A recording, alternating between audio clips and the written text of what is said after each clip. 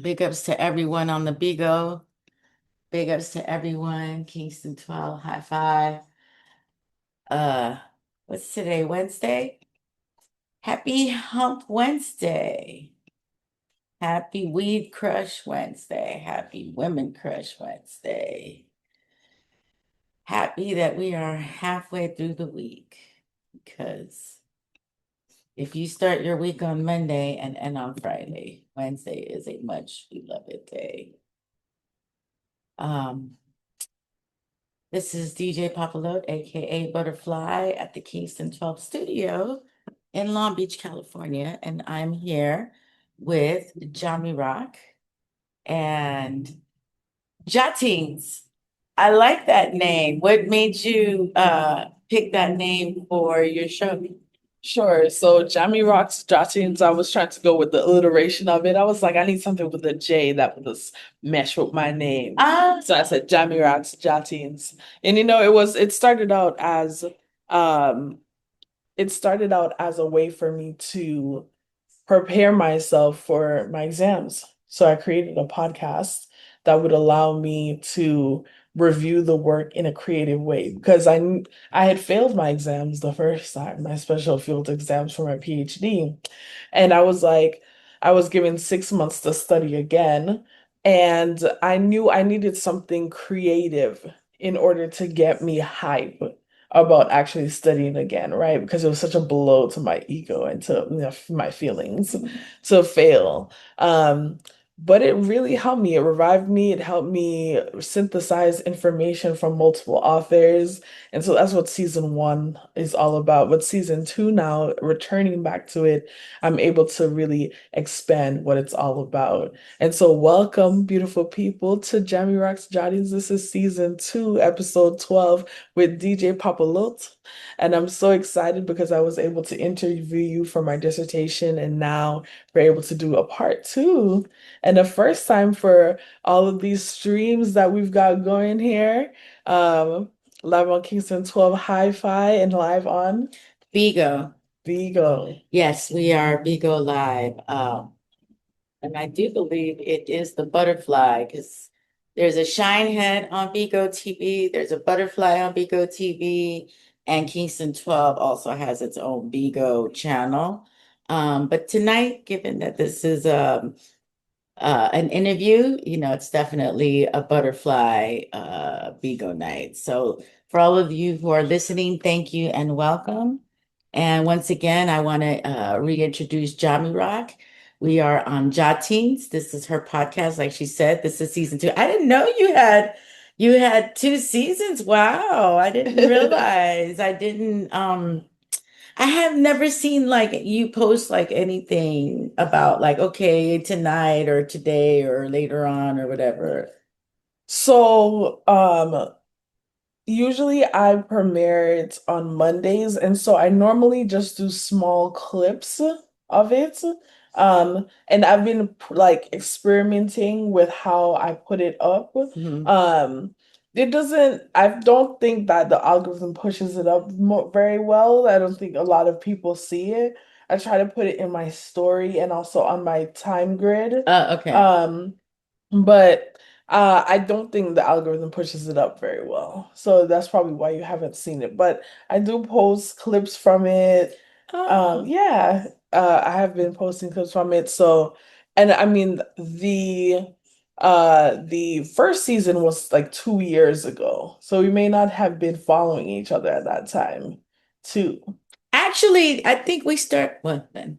Actually, I think we started following each other when we did the Empress Corner event, Okay. and that was in, I want to say 2023. Well, no.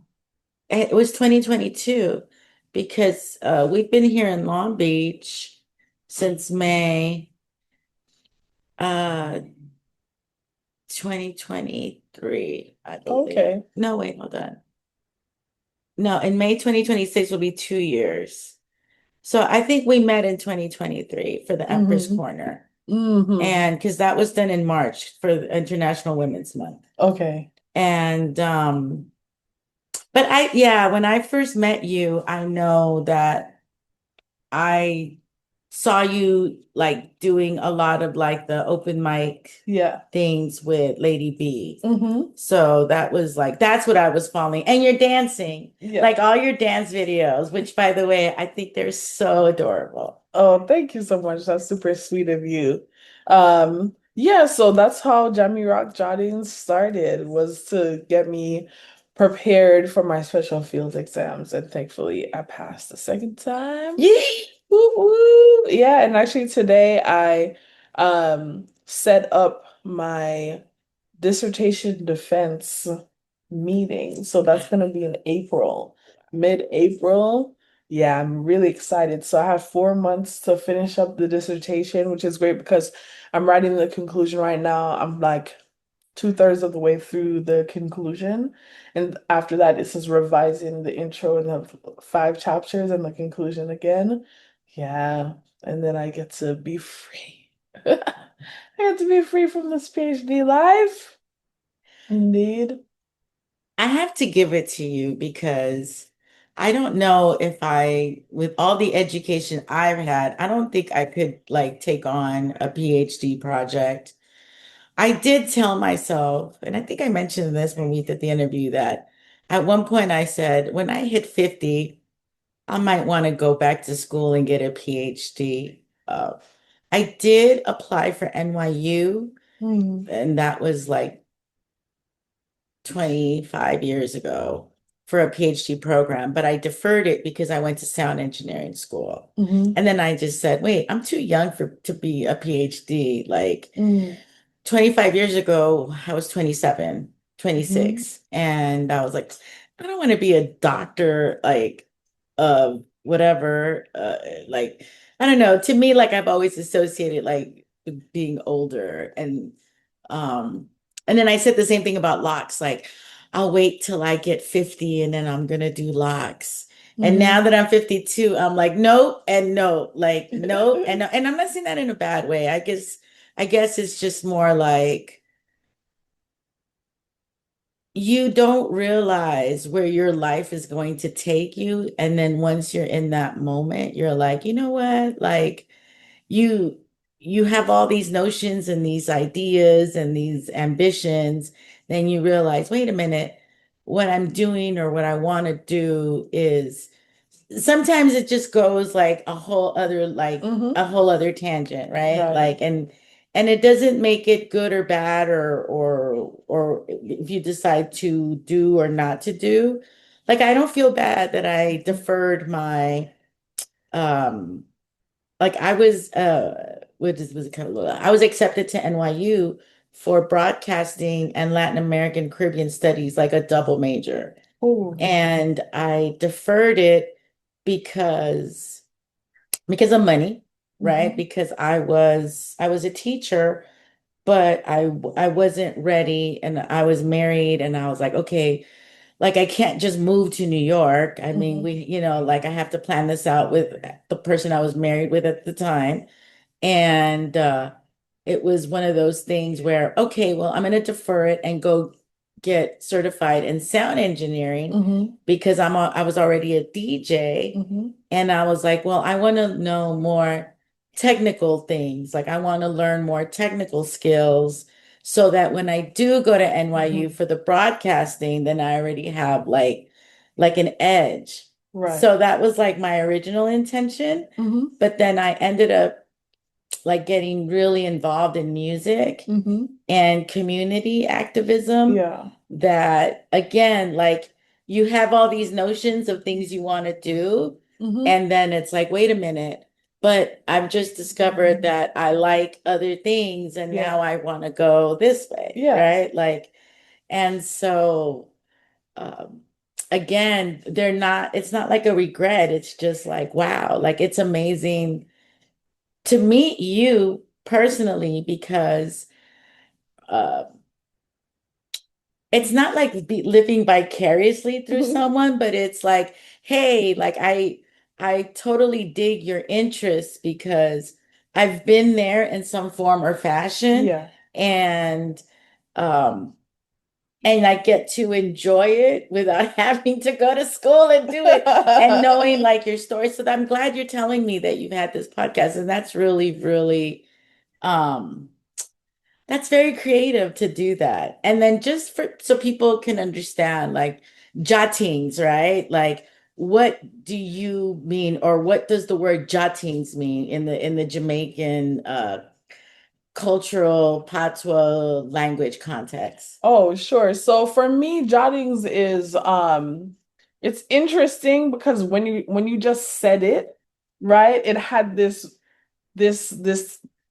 sound of like jottings, like Right, right. like things about Ah, which I did not think of before you asked me. wow. But I like how you put it. Okay. But jottings just really like Writing scribbles, things down, right? writing Yeah. things down Yeah. because that's what I Right, was when right. I was doing that first season. It was me taking my notes, writing things down about these various scholars. You know what I mean? Hmm. Yeah, so that's where that part came. Like, here, take a look into my notebook. And a lot of that first season, I like the way one of my friends put it, was about like lifting others up as I climbed. So maybe you don't have the chance to go through, read these articles like I'm reading, but if you listen to this podcast, you get a sense of what this scholar was talking about, the things they addressed in their scholarship, and an example of someone analyzing the work in the way that I was analyzing it. So I was really excited. And I like how you've turned this into an interview of me, but I am interviewing you too. So my first question is, can you share what initially inspired you to become a DJ and how your path evolved from there? So I went to the Claremont colleges, and I graduated from Claremont McKenna in 1995. And a year before that, as a junior, my second semester, I studied abroad in Jamaica, which was a big, big, big like change in my life. And at the same time, it was a very familiar like environment for me in many ways. Number one, I'm from South Central Los Angeles. I grew up in South Central Los Angeles, right down the street from USC, right down the street from what used to be the Coliseum. Now it's the Bank of California Stadium, um, the sports arena. Like these are things that were very central to LA, like Los Angeles culture, right? But Hmm. it's in the hood. And eventually I go to the Claremont colleges. But growing up in South Central Los Angeles, I grew up around a lot of people from Belize. I grew up with a lot of people who were not just Black American, but were Black Honduran, Black Nicaraguan, Black Panamanian, as well as Central Americans that were mostly of indigenous backgrounds or Afro-Indigenous backgrounds or just multiracial backgrounds like Belizeans, you know, they are a very multicultural country, having Mayan indigenous communities, having people of African descent Hmm. from colonization, as well as your Garifuna community of people, Hmm. which are also Afro-Indigenous as a result of colonization, but still have a different culture and language Hmm. from your other Black Belizeans, right? Yeah. I'm half Salvadoran. Hmm. My mother's from El Salvador, and so, of course, I grew up within a Central American Hmm. cultural context in terms of food and music that was multiple rhythms, Hmm. but still Caribbean, Right. still African-based rhythms Right. in terms of cumbias and punta and soca and reggae and Hmm. dancehall because I was a teenager in the 80s. And so I tons and tons of dance hall was Hmm. all over the place in South Central Los Angeles. And I went to Magna Arts High School. And what a lot of people don't know outside of South Los Angeles and outside of California and outside of in general is that Los Angeles has a large Belizean population. Really, it's the largest Afro-Caribbean population in Southern California. Mm. And so my introduction to reggae, to soca, punta is Central American, right? But I'm Mhm. saying like soca, reggae, dancehall, that I got through going to school with Belizeans because Mhm. I had my sixth grade teacher was Belizean. My seventh and eighth grade teachers were Belizean. I went to Catholic school, and Mhm. a lot of Belizeans are Catholic. And so I went to school with a lot of like, and when I say a lot of Black people, I mean like in the 70s and 80s, before your really large wave of Mexican and like Guatemalan and Salvadoran immigrants. Mhm. So when I was growing up in South Central LA, I went to school with maybe three or four other brown people, and Mhm. I didn't even speak to them in Spanish. Mhm. I could speak Spanish, but I'm saying like I we all spoke English Mhm. because we had to. It wasn't a large enough community of a Latino population where you were going to be very um immersed, I guess, Mhm. for lack of a better word, in like your typical Mexican or Salvadoran, Mhm. or I am part Mexican too. And so it's interesting because like I didn't grow up eating certain things as a child because I didn't grow up in the neighborhood at the time in my formative years. Like I didn't grow up eating like Mexican candies. I didn't Mhm. grow up having certain Mexican foods and dishes until I was older, Uh-huh. right? Uh-huh. Because the community was still very African American and Belizean, Mhm. right? Because your Black immigrant population was coming to Los Angeles, and they were pretty much, whether you were of African descent or when I mean African, like Nigerian, like if you were an immigrant coming from Africa or if you were Haitian. Because I did go to school, I do remember like at least one or two people being of Haitian descent, Mhm. but the majority of people were either Black American or Belizeans Mhm. with Spanish surnames. Mhm. And that was my childhood up until I would say like the late 80s, early Mhm. and when like the demographics of South LA transformed. It was becoming more and more Spanish speaking, where like now you have like little corner stores that are selling like specific Latino food products and things like that. Like when I was a kid, none of that existed. So Mhm. like when my mom wanted to make tamales for Christmas, we had to leave South LA to go to like a whole other part of LA to get the leaves because Mhm. all those Latino products wasn't something you would find like in South LA Mhm. in the 70s and early 80s, Mhm. right? Um, so my acculturation was very diverse in the Black diaspora Mhm. as well as diverse for me because my parents are born in two different countries. Yeah. And my grandmother is a native of here. My grandmother is from uh was born in Oklahoma, like slash Texas. Okay. My grandmother's Apache, and she married my grandfather. They met in Texas. Mhm. And just like today, like Operation Wetback. Like my grandfather and their first set of kids, like my dad's oldest brothers and sisters were all deported during the Great Depression. And it was Mhm. literally called Operation Wetback, Mhm. which is why the derogatory term of wetback is used for Mexicans or people who are perceived to be Mexicans because they Mhm. speak Spanish. Mhm. Um, so my father's born in Mexico, and like the second half of the kids of my grandparents' children were born in Mexico. My grandfather is Mexican, but my grandmother is a native from the US. And when he got deported, she and the kids went because family doesn't separate. Yeah. Right. Right. And so my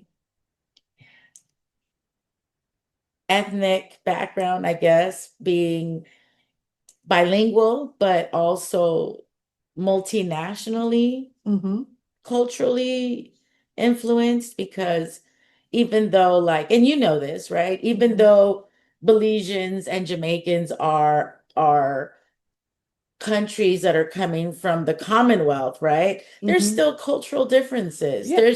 There's still variations in the food, even though there's curry chicken, right? Like even though there's oxtails, there's still variations. Same thing like with tamales, same thing with tortillas. Like say even horchata from El Salvador is not the same recipe as horchata in Mexico, for example.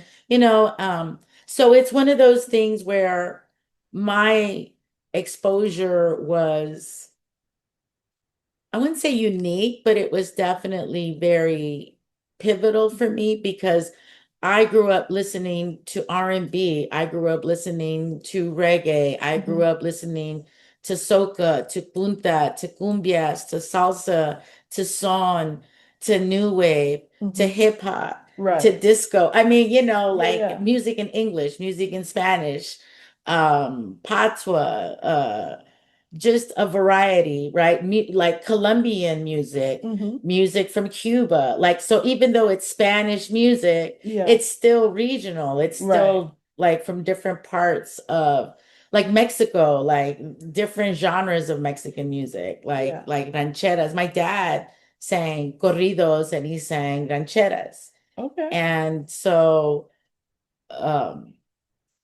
my exposure was very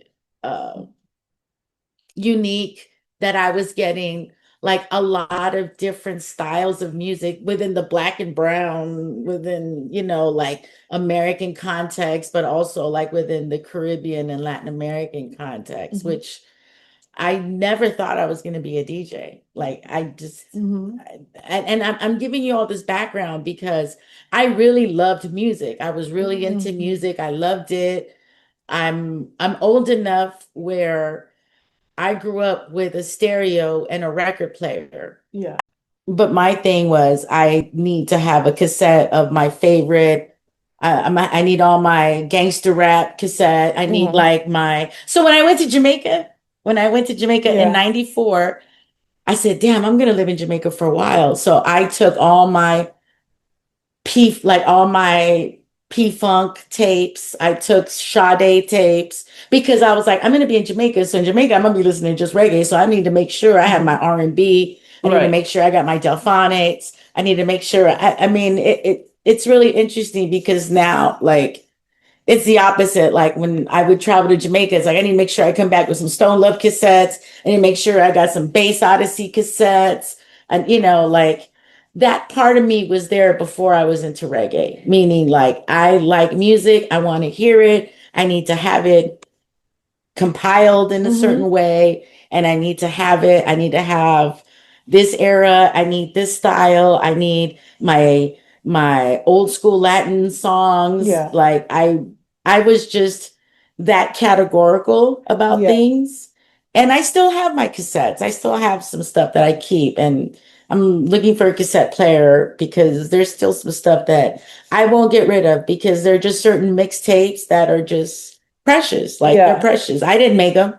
They're just precious though. And this is before reggae. This is before living in Jamaica and learning about Bodyguard and Silverhawk and sound systems and all that. So for me to be a DJ, I think it was in hindsight, it was obviously meant to be, but I didn't know it at the time. Gotcha. And then I go to college, I meet my friend Jorge, and we both started out, we were both high school students that were recruited, like minority recruiting thing, college thing. And he and I, like he's from Oakland, he's from the Bay Area, and we were very similar where you know, he's first generation, he's born here, but Mhm. his parents are from Mexico, but he's into hip hop. He grew up predominantly Black American people in the Bay Area. Mhm. And he eventually became a DJ like our senior year in college. Mhm. So he was the one that was like,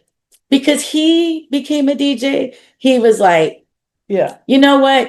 You have good taste in music. Because he didn't know anything about reggae. He didn't know anything about dancehall. When we met, and he, you know, I was playing like the Shabba tapes, you know, Yeah. like Rough and Ready Yeah. and Volume One, Volume Two, with Wicked in the Bed and Okay. you know, Shabba, Mr. Loverman, like all those tunes were big at the time. Mhm. And my friend had no knowledge of it. So 4 years later, after I was a student abroad in Jamaica, come back, Jorge was like, dude, you should learn how to DJ because you already have good taste in music. And people would steal my tapes. People would jack my tapes, and I didn't mix nothing. But people liked the music that they would take my tapes. Mm. And this was before I made a mixtape.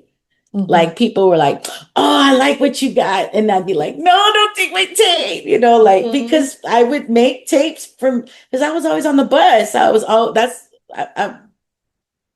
was always traveling, and I didn't Mhm. own a car till I was 24. Mhm. So I grew up on LA Mhm. public transportation. So you had to have, you didn't have to, but for me, I Yeah. had to have my tunes because to pass the time, right? Right. As a And future DJ, you had to have it but I didn't know without I was even gonna be a knowing. Without even DJ, knowing. right? Exactly. And I couldn't afford to buy the tunes, so Mhm. that's why I always would like collect them and put them in a cassette tape.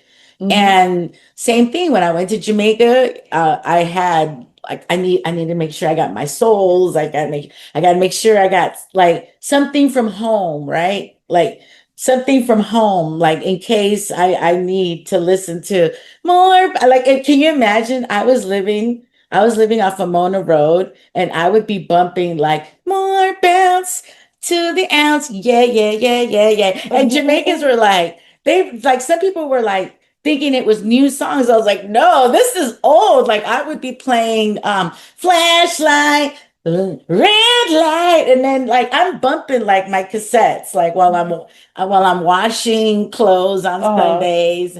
And so like Jamaicans would be like, what are you listening to? And I'm like, oh, I'm listening to P-Funk or whatever, Zap or whatever. And so they were thinking that this was like new music. And I was like, no, no, this is like 70s. Like this is old, right? Um, or I like as much as I wanted to connect with reggae, I wanted to just stay connected to music. Like Yeah. that's how connected I was to music, or music Mhm. was to me. I don't know how else to explain it, but Mhm. when I traveled, I had to have like my tapes, you know, and this is before I owned a car. Like this is Mhm. just like I gotta have a little radio and I gotta have my little Walkman. Yeah. And the second I got off the plane when I got to Jamaica, it was like, okay, let me get the little radio so I need to find you know, like this is it. I'm in the mecca of reggae. Like and the first thing I've discovered was Irie FM, and Muta was on, you Okay. know, and you know, remember his night show? What was it called? I'm not sure. I'm gonna say The Edge, but he had a show in the Mm. evenings, right? Okay. And this was 1994, so I'm sure Mhm. you As a were, little one. you I were, was 4. yeah, I was 3 or exactly, 4. right. And where are you from in Jamaica? I was born in Kingston. Which part of Kingston? I was the exact spot I was born was UWI Hospital. Yeah, But then I lived in a few different places like off Malines Road. yeah. Then after that we lived, well, that's when I was a little bit older. We lived somewhere else before that. Then I was between Red Hills Road and Bridgemount. So I grew like my grandparents lived in Bridgemount area, and my dad and his grandparents lived off of Red Hills Road. So we're like kind of between spaces. But But more uptown then. um sort of like I mean, like, I guess what I technically, mean, like more like St. Andrew, yeah, like like than like closer to Halfway right, Tree, right, right, downtown area. That's what right, I mean, exactly. right? Yeah. Yeah. No, I'm not saying like Oh no, uptown, no, uptown. no, Like that's right. that's not Because what those I'm implying. distinctions, Yeah. right? Those No, distinctions no, come out. I'm saying like because I lived off of Mona Road before you reach Augusttown, like across from Okay. Huey. And so I know that once you pass Papin, you're in the country, right? I mean but it's I mean, Yeah. that's country, right? Yeah. But what I'm saying is like that still is still connected to Kingston though. Like Yeah. that particular part of St. Andrew is Hmm. still it's still part of like the metropolitan Kingston area, I guess is what Yeah. I'm trying to say, right? Compared to like once you really pass Spanish Town, Yeah. once you reach Yorton, to me, you're really now in the countryside. Hmm. Like, you know what I mean? When you're heading like the South Coast Road. I have So another question for you. So, what have been some of the most rewarding or surprising moments in your DJ career so far? so rewarding has been the traveling. Mhm. Um, Rewarding has been the traveling. And even before I met Shinehead, I've been um,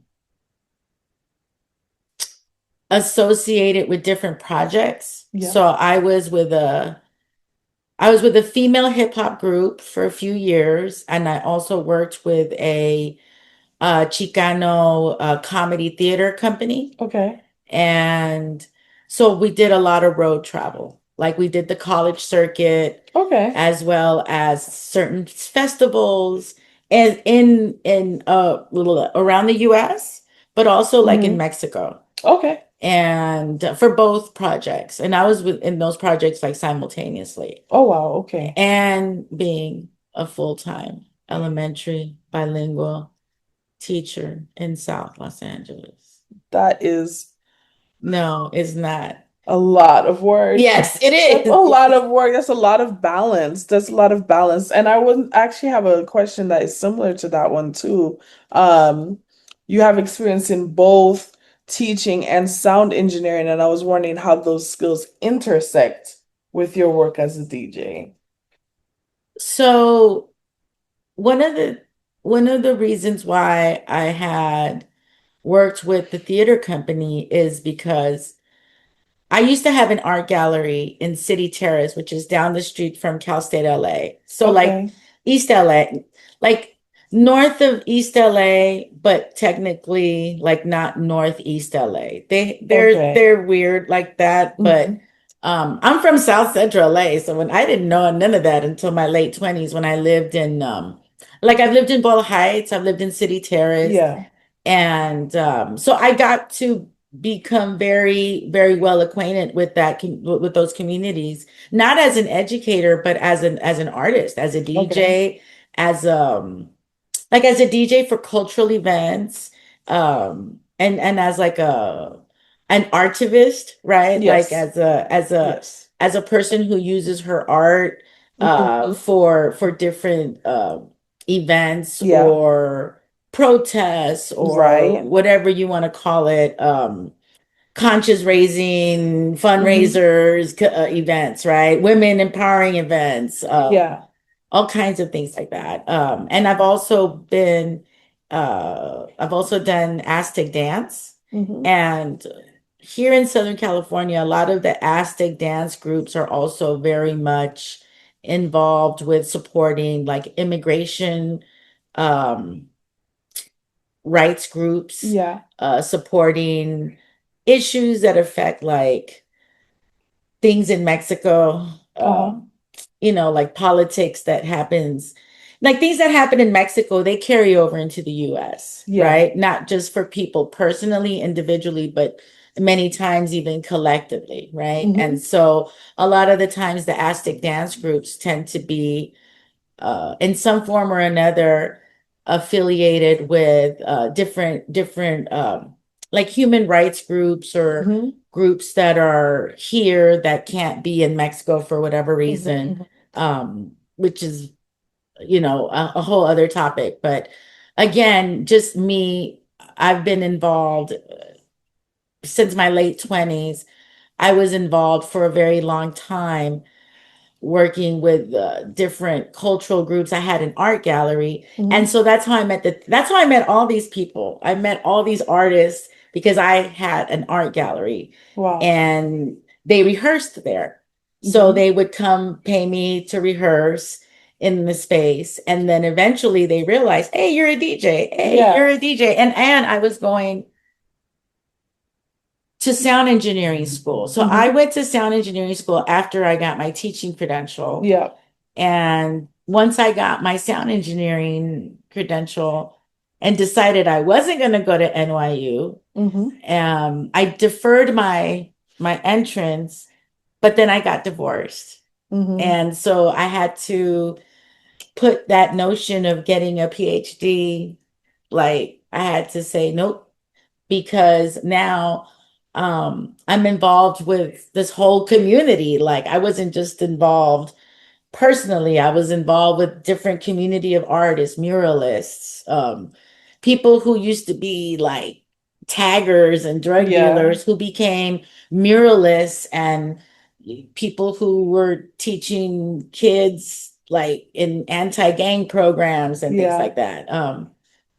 So that's how I really became a very active DJ. And because I got my certification in sound engineering, people were just like, hey, like we need a woman to DJ, and or we need a woman to represent for this event. And we don't want a guy because it's a women's event and it would be nice to have a woman tech instead of always having to ask a guy. You know, like like, you know, everyone was like stepping up their game in different ways. And because I went to a performing arts high school, one of the theater groups that was rehearsing at my space were like, hey, we want you to DJ on stage as part of a scene. And then they would also ask me, hey, can you make us a CD for like, you know, like their skits, like they needed certain sounds. And because I was a sound engineer, they'd be like, well, we need someone to like produce like certain sounds, and then we need someone to play the sounds, right? And so that's kind of how I started little by little working in those different projects. It's like, okay, we need a DJ. Oh, that's right, you're an engineer. Can you make us a CD? Can you find us sounds for bubbles? We need all kinds of sounds. So, you know, I have a whole playlist folder, whatever you want to call it, of so many different sounds because I worked with that company for I don't know how many years, but off and on from 2001 until like 2013. Okay. Off and on, right? Doing different skits, plays with them, teaching theater through workshops and things like that, to young people as well as to like the general community. Um, so again, like my tech skills and being a DJ, and I think because I was a teacher too, I think people always feel safe with teachers. People always feel that teachers are safe, right? In general. Yeah. Right. And so I think that was like the other part of it, that it was like, oh, good, you're a teacher and you know the technology, like, oh, good. Like in other words, you understand that we need someone that is responsible, but we need someone that can do all this tech stuff because a lot of the times, you know, like the tech people were always musicians or just community people that were maybe sometimes not always available, or maybe they weren't as reliable because again, when people think of a teacher, they just think, okay, super responsible, super reliable. And I think that was That was the thing. Interesting. And it's and creatives, there's a lot of stoners. A lot of us creatives are stoners. And for some reason, even though I am a stoner, I think that just me being a teacher was always like, oh, that's really cool. Like you're a teacher, so you get the community aspect of it, but you also got the creative part and you can work the equipment, like Right. Yeah, I think that was always like, oh my God, you could work the equipment.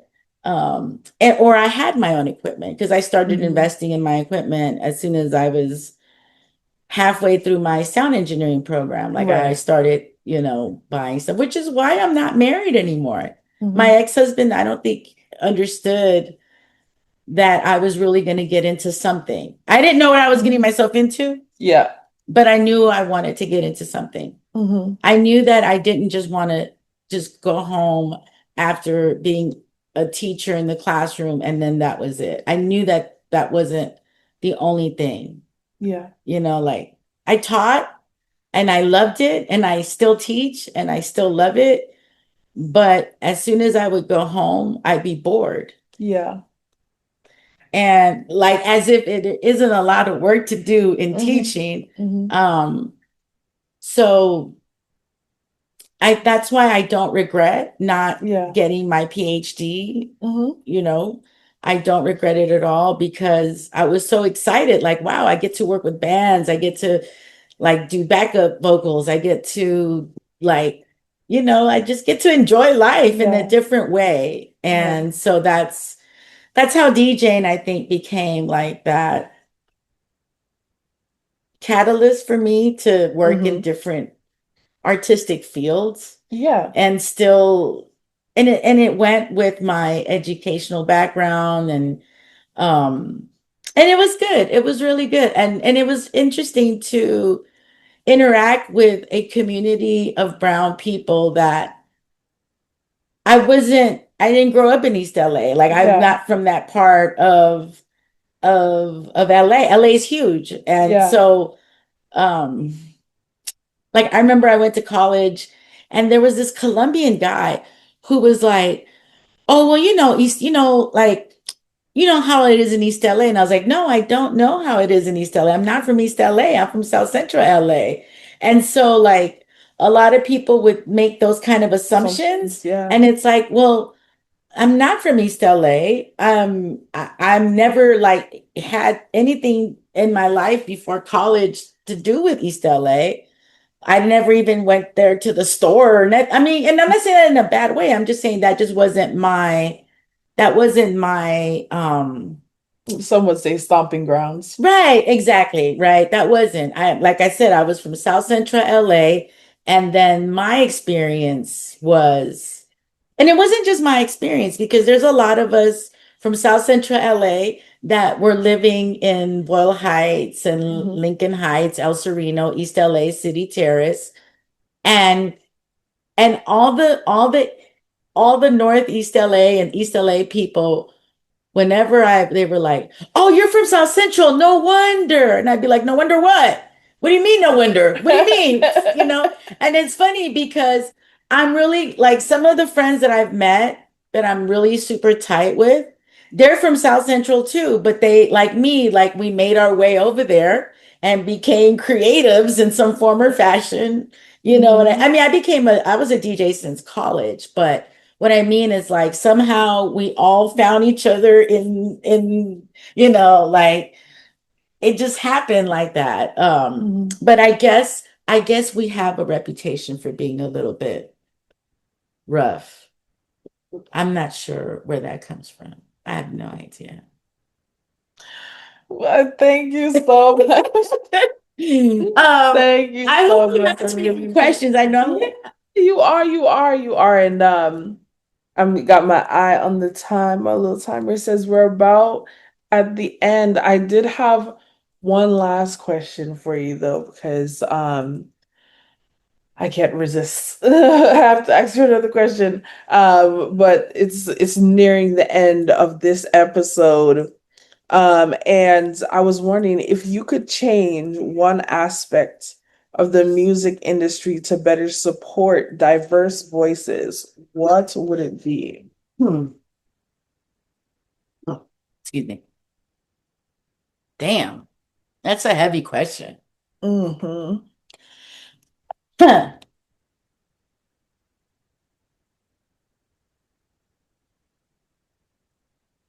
I think that we are living in a time where everything is so commodified, right? Music. If you and I are talking about pink sweaters, within 5 minutes, we're going to see pink sweaters on an ad, right? Whether it's a Google ad or a YouTube ad or TikTok. And I think that we're losing the essence of what music is for, right? Yeah. And that is to be connected. Yeah. And I think that to a certain extent, we kind of need to take it back there. I am currently working as an instructor in the juvenile hall system, and I'm doing hip hop recording and songwriting. And a lot of our students are gang members, not all of them, but the majority. And for them, singing a song is to sing about killing. Like, what's your song about? Oh, it's about killing. It's about killing. It's like, okay. And I don't have a problem with it on a certain level because I just did a sound clash on the Jamrock cruise. So I get it, but I'm bothered that it is used against our children. Like the way music has been marketed and all the different images and I don't know how to say this, but music is very woeful now, especially in hip hop. It's very woeful. And I think that we're losing that connection to music, as music was what people used to, whether you sang in church, whether you sang protest music, whether you sang at the dance hall, the call and response, just to get that off your, I think that we're losing that, like, but yet young people sing, they sing and they sing, and the songs that they sing are very woeful. Like, it's very woeful. Like, the lyrics are woeful, but the imagery on the videos is like bling bling, guns, guns, bitches twerking, ass everywhere, guns, guns, gang signs, and yet you're you're you're you're worshiping all of this materialism, but you're singing about something very woeful. And it isn't just the students, because they're basing it off their models. Their models is what they're watching. So from Little Dirk to, oh my God, like all of these, like King Von, who's dead. Like, there's a lot of dead rappers that these kids have listened to, and but they still covet that life. But the videos are like that. Like, the videos are like they're telling you it's spiritually fucked up, it's empty, it's shitty, but you can still bling, bling, bling, bling, bling. Like, it's really weird. Like, and the kids are doing that and they're wanting it and they're coveting it without knowing that's what's they're being like programmed for, right? Because that leads to them killing and killing and killing, because it's all about the ops. And I think that it's so sad because music for me personally and as a DJ and as a person involved in community, music is supposed to be, or at least for me, I view it as something that's very liberating, right? Yeah. And to think that these young people can't connect like that. I'm constantly showing them like hip hop documentaries, and they hate me for it, but they love me, but they hate me because I'm trying to like show them like, look at NWA. They were never they were never preaching a sect. Now, were they gang involved? I'm sure. But they never ever said blood, crip, or this sect, that's it, this sect, right? They never said go join a gang. They basically talked about the reality of the streets and how the police brutality and the racism Yeah. is the cause of why there is poverty and hence crime and right. And I was like, see, you guys, the original gangster rap was about like criticizing society, criticizing racism, criticizing police brutality, talking about how fucked up poverty makes like the community result, right? And so I'm constantly trying to show them these things because hopefully if you can give them more content, then more context, maybe they'll step up their content. Because a lot of the stuff that they are mimicking is, I mean, it's just like it's perpetuating like it's perpetuating like self-hate and killing and yet like, hey, it's an empty life, but you get to drive a nice car and you get to have a badass bitch twerking next to you. Like it's really kind of crazy how music has become, especially like with hip hop coming and reggae, right? Like they're as these two cousins of genres of music, they're pretty much about the same age and for a lot of us, like that music spoke about our experiences in some form or another. Now, the music is telling people how they should like it's giving them like this artificial blueprint of how they should experience life. I don't know if that makes sense, right? And I think that's the part that is I'm not saying lamenting, but it's one of those things where you have to again like find creative ways to make that connection. And um, I think that's my challenge professionally as a teacher and as in the specific role of the teacher slash engineer job that I have. Um, but I think it's also just that thing of why do we go into education in the first place, right? Because we want to make sure in indigenous communities, and I do believe they're starting to teach it now, right? Indigenous communities believe that you don't do anything unless it affects 7 generations. And you don't do something if it's going to affect 7 generations, right? And so when you apply that rule, you deal with life very differently as opposed to am I going to live tomorrow? Like these kids don't know if they're going to live tomorrow, in or out of jail, right? And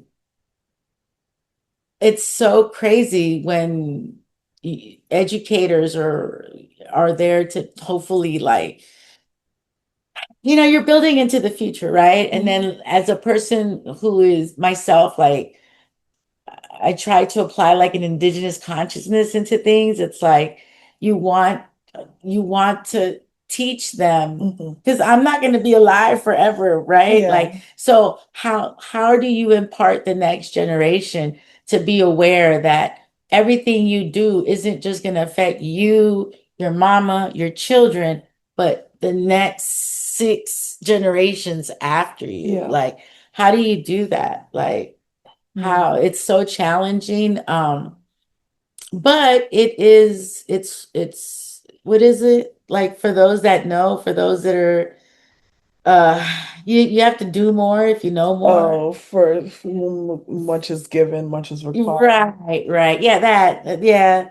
I hate to say it, but it is true. And I'm not saying it in a bad or lamentable way, but I I want to see us win, and not Yeah. just you, not just me, our present, but us in the future, like Mhm. the future's future and the Yeah. future's futures. And even though I don't have children, and even though I'm not going to have children, Mhm. it's still one of those, I forget what the word is, but there's a word that when when you're happy for others, right? There's a particular word that describes that.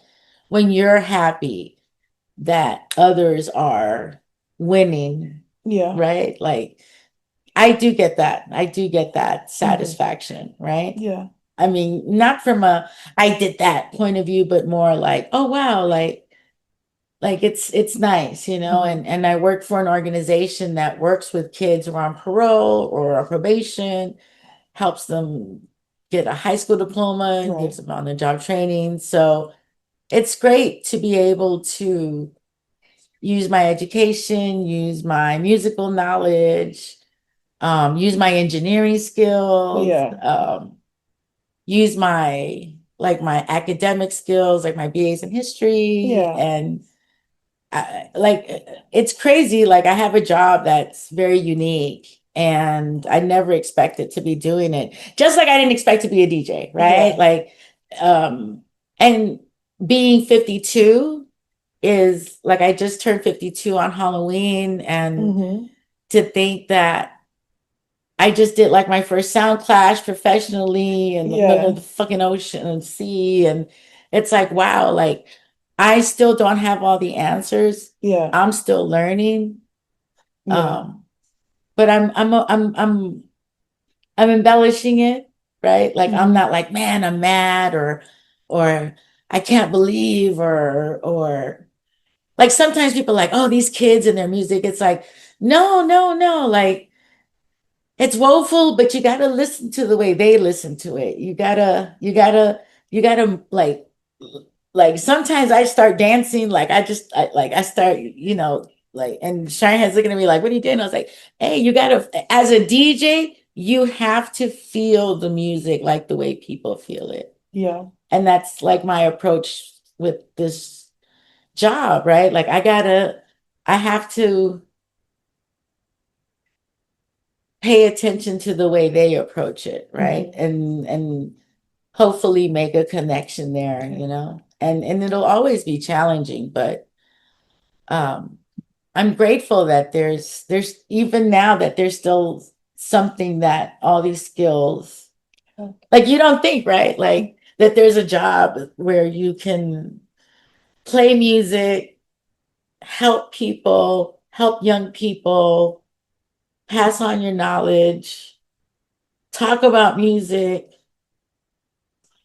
Like I was talking about Tupac in the classroom, and I was like, I can't believe that I'm talking about Tupac inside a prison camp.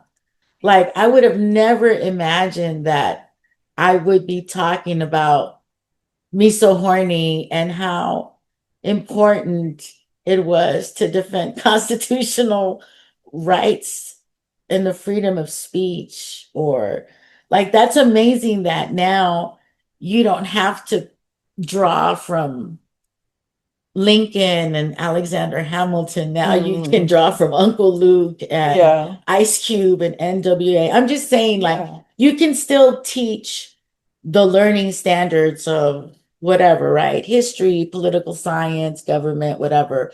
But now you can draw from Tupac, J. Cole, like you can Yeah. draw from Kendrick, you can draw from Protege, from Bob Marley, you can draw from Chronics, you can, Yeah.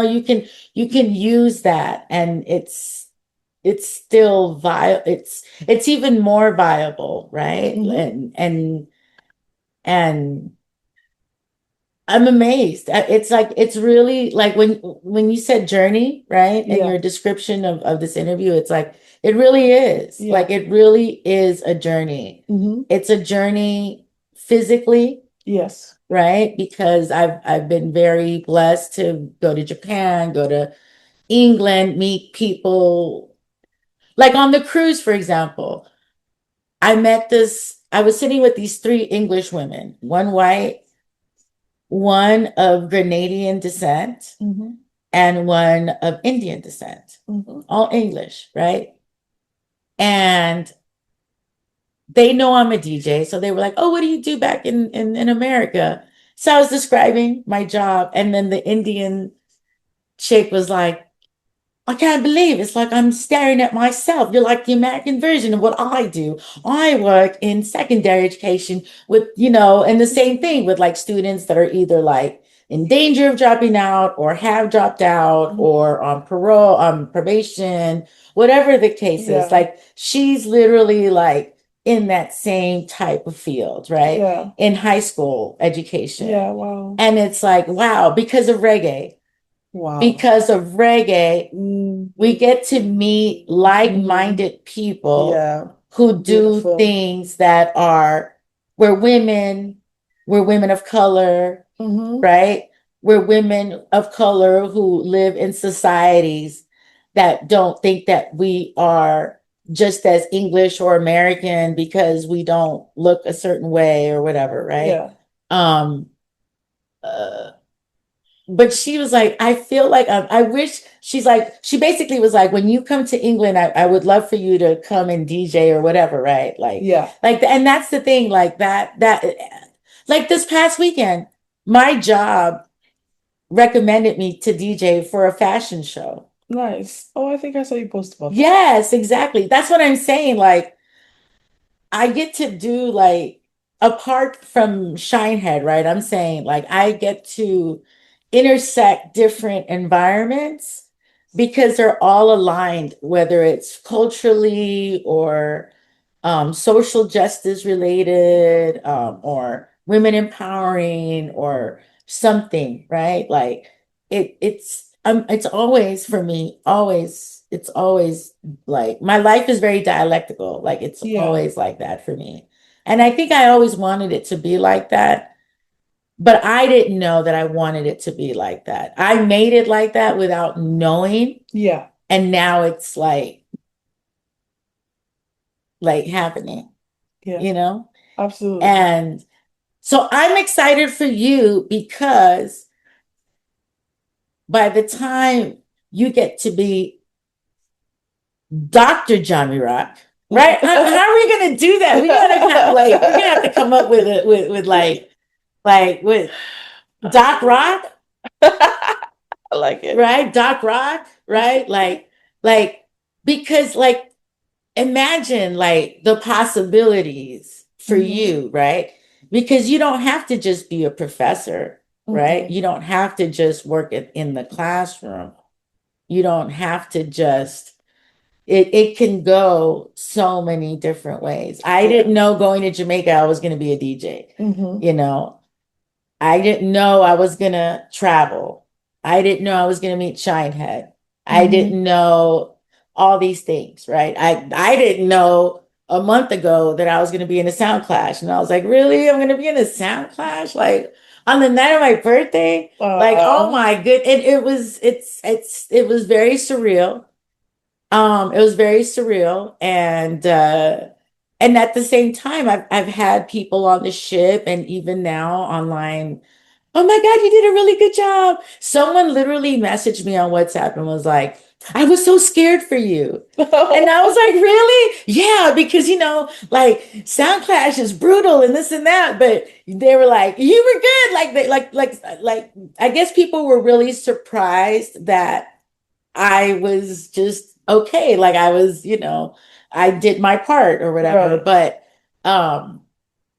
But it was fun. Our team was World Vibes, and it was composed of like a German, a South Sudanese, me, Shinehead, um a Japanese, like we were all from different, so it worked out. I got to wear an indigenous dress and like, because we're Rural Vibes team, so we're all dressed ethnically. And because on the cruise, like day 4 of the cruise, everyone's supposed to rep their flag. And I'm like, well, I'm not gonna rep an American flag. I'm gonna dress, I'm gonna dress culturally. So I got to like, like wear my stuff and Shinehead's like, really? I was like, I ain't shopping, bro. I got my stuff already. Like I'm repping. But yeah, it's so exciting. Like I get to go kill Soundboy, and at the same time, I gotta edit bitches and hoes off of and the N-word, and you know what I'm saying? And like it's really interesting. And today we had an instructors meeting, and it's like, well, I don't want, some of the instructors are like, well, we don't want them to talk about killing. And it's like, the problem isn't that the kids want to talk about killing. The thing is that our warrior, we come from warrior cultures that are our warriors are being misdirected. There's nothing wrong with having warriors. Every culture needs a warrior class. It's how and for what you're training your warriors for. Yeah. And our youth are all, whether they're in the military or in a gang, or in the police department or as sheriffs, even if their hearts start out in the right place, because for some it's their heart, right? From an institutionalized point of view, they're misdirected, right? And not just in the US, like, it's global. It isn't just Jamaican police, it isn't just the Mexican police. It's global, and we know that that's done on purpose. So again, like, how do you direct it so that they can be better warriors, right? I don't want to tell a kid, no, don't sing about guns. I don't feel right. I feel like I'm still figuring it out. I don't have the answer, but I know that saying, don't do this, I don't know. Like, to me, I don't, like, there has to be something. I don't know. Maybe it's time to do a sound clash or something inside the jails. I don't know. But I'm just saying, like, not everyone can be De La Soul. It can't. You know what I mean? That's my favorite era of hip hop. But I mean, like, that's not the life, the experience that is being that a lot of our young people are getting. So that's the challenge. That's the challenge. For sure. Thank I you. went all over the place. Thank you. I hope you don't mind. I appreciate you. Thank you so much. Thank you, listeners, for tuning in to another episode of Jahmi Roc's Jottings. This has been Jahmi Roc, your host, with DJ Papalotl. Oh, yes. And we thank you so much for your time, for your attention. And we hope that we can come back to you again another time and go down this road and talk about various journeys. Until then, keep jamming. Bye.